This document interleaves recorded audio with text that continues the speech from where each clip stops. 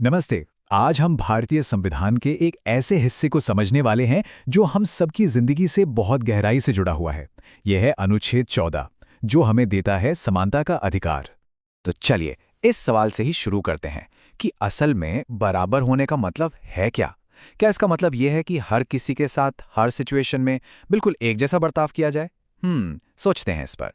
ये एक वाक्य समझिए, ये हमारे संविधान की आत्मा है और यही हमारी आज की बातचीत का केंद्र है।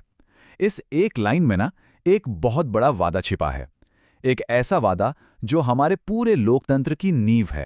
तो ये वादा है समानता का। अनुच्छेद 14 एक मौलिक अधिकार, एक फंडामेंटल राइट है। और हाँ, एक बात पे गौर करना बहुत जरूरी है।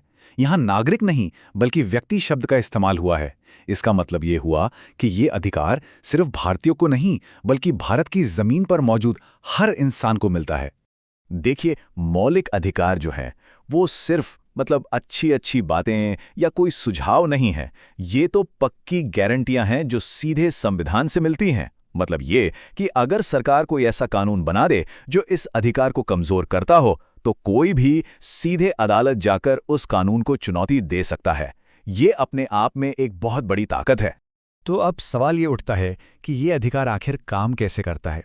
इसे समझने के लिए हमें आर्टिकल 14 को थोड़ा तोड़ के देखना होगा, इसके दो अलग अलग लेकिन आपस में जुड़े हुए पहलुओं को। तो इसको ऐसे समझिए, एक तरफ तो संविधान सरकार से कहता है बस रुको, मतलब सरकार किसी को भी कोई खास दर्जा नहीं दे सकती। कोई कितना भी अमीर हो, कितना भी शक्तिशाली हो, कानून के सामने सब बराबर हैं, बिल्कुल बराबर। फिर दूसरी तरफ संविधान ही सरकार से कहता है चलो आगे बढ़ो। इसका मतलब है कि सरकार को यह पक्का करना होगा कि जिनकी परिस्थितियां एक जैसी हैं उनके साथ बर्ताव भी एक जैसा हो। और हाँ, जरूरत पड़ने पर समाज में सचमुच की बराबरी लाने के लिए अलग अलग ग्रुप्स के लिए अलग नियम भी बनाए जा सकते हैं। और बस यहीं से कहानी में एक दिलचस्प मोड़ आता है।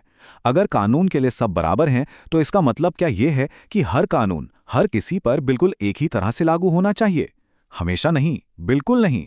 और यहीं पर एंट्री होती है तर्कसंगत अपवाद के सिद्धांत की। जरा सोचिए इस बारे में।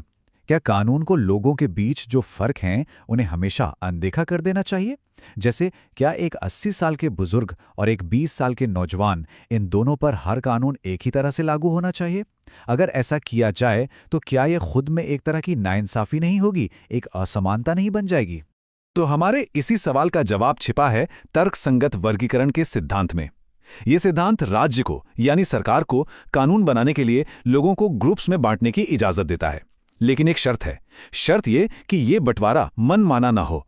मतलब लोगों को उनके पसंदीदा रंग के आधार पर नहीं बांटा जा सकता, ये तो मनमाना हो जाएगा। लेकिन हाँ, उनकी आय या उम्र के आधार पर बांटा जा सकता है अगर उसके पीछे कोई ठोस तार्किक वजह हो। तो फिर अदालतें ये तय कैसे करती हैं कि कोई बंटवारा सही है या मनमाना? इसके लिए वो एक टेस्ट करती हैं, दो सवालों का टेस्ट। पहला सवाल, जिन ग्रुप्स को अलग किया गया है क्या उनमें कोई असली, कोई समझने लायक फर्क है भी या नहीं, जैसे बच्चों और बड़ों में होता है ना? और दूसरा सवाल, क्या इस फर्क का उस कानून के मकसद से कोई सीधा, कोई लॉजिकल कनेक्शन है? मिसाल के तौर पर, अगर वोट देने का कानून बन रहा है तो उम्र का फर्क बिल्कुल मायने रखता है। अगर इन दोनों सवालों का जवाब हाँ में है तो बस उस कानून को समानता के अधिकार का उल्लंघन नहीं माना जाता। तो ठीक है, ये सब तो हुई कानूनी बातें, लेकिन ये हमारी असल जिंदगी में क्यों जरूरी हैं? इसलिए क्योंकि आर्टिकल 14 सिर्फ किताबों में लिखा एक सिद्धांत नहीं है। अरे ये तो हमारे समाज की पूरी नीतियों को आकार देता है। यही जो तर्कसंगत वर्गीकरण का सिद्धांत है ना, यही सकारात्मक भेदभाव या जिसे अफर्मेटिव एक्शन कहते हैं, उन जैसी नीतियों का आधार बनता है। विचार बहुत सीधा है। एक दौड़ में सभी को एक ही स्टार्टिंग लाइन पर खड़ा नहीं किया जा सकता। अगर कुछ धावकों के पैर सदियों से जंजीरों में जकड़े हुए हों, तो बस उन जंजीरों को खोलने और उस दौड़ को सचमुच की बराबरी का बनाने के लिए ही आरक्षण जैसी नीतियां सामने आती हैं।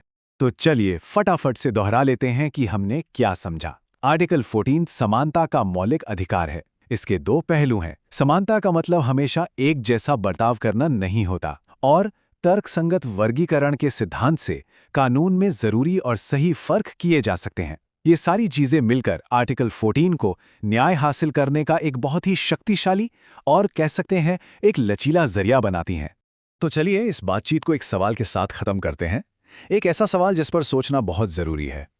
कोई भी समाज एकदम परफेक्ट बराबरी के आदर्श और रोजमर्रा की जिंदगी में जरूरी व्यवहारिक न्याय के बीच एक संतुलन कैसे बनाता है, इस पर सोचना वाकई जरूरी है, क्योंकि यही तो आर्टिकल 14 की असली चुनौती भी है और इसकी खूबसूरती भी। और ये वो सवाल है जिससे हमारा समाज हर दिन हर पल जूझता है।